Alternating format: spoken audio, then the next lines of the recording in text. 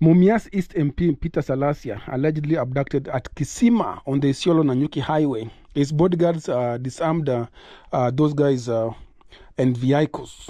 Was shot at. Lawyers Ken Echesa confirmed. So, lawyer Ken Echesa has confirmed that Peter Salasya was abducted at Kisima on the Isiolo-Nanyuki highway. This after he went to Isiolo. And then the last post that Peter Salasya posted, it was, Isiolo town, you are amazing. He was showing these people that were celebrating his... I think he went to Isiolo yesterday. Kuelekea Nanyuki baada ya kuzuru kaunti za Isiolo na Meru. Watu wa Meru mmebarikiwa sana.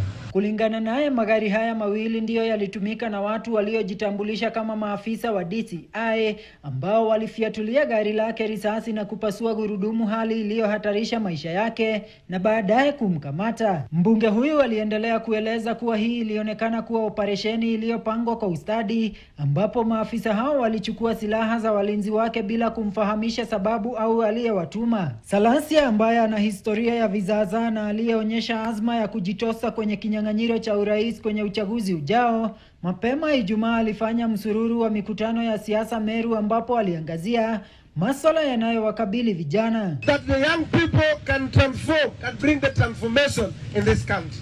Sahi watu wamesoma, kuna uwezo kuambia chochote. Kisa hiki kinajiri siku chache baada ya jaribio ambalo halikufaulu la kumkamata Salasya katika mkahawa mmoja jijini Mombasa kwa sababu zisizojulikana.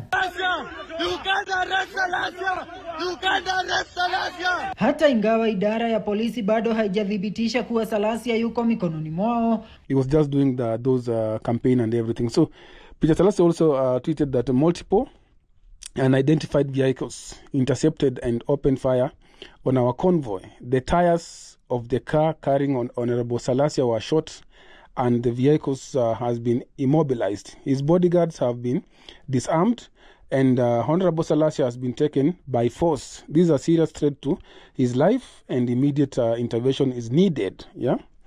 We urgently appeal for your help from Police Kenya. So this is the breaking news here in Kenya. I think the government has gone to the old tactics. I remember during the Moi era when people were being abducted and later they were unalived. Remember, if you have lived through the Moi era.